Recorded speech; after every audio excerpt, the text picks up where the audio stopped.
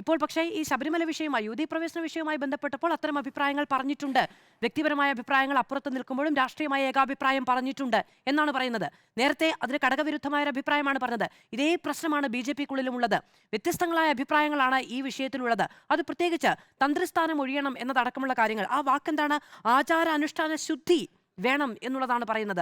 ആചാരാനുഷ്ഠാന ശുദ്ധിയില്ലാത്ത കുടുംബമാണ് ശബരിമല തന്ത്രി കുടുംബം എന്ന പരാമർശം BJP-യുടെ ഔദ്യോഗികമായ സ്ഥാനത്തിരിക്കുന്ന ഒരാളാണ് നടത്തിയത്. അത് നടത്താം, പക്ഷെ അത് പാർട്ടി ഓൺ ചെയ്യണം, വ്യക്തിപരമായി തള്ളിപ്പറയുകയല്ല. അങ്ങനെയാണെങ്കിൽ വിശദീകരണം ചോദിക്കണം.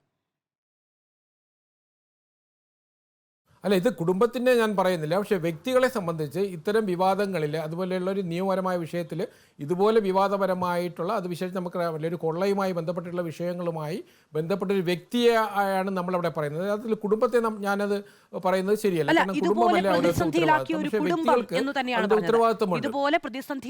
കുടുംബം എന്ന് തന്നെയാണ് പറഞ്ഞത്. ആകെ മുൻ വിവാദങ്ങളെയൊക്കെ പരാമർശിക്കുന്ന തരത്തിലാണ് അത് ഉണ്ടായത്, ധ്വനിപ്പിക്കുന്ന തരത്തിലാണ് അതുണ്ടായത്.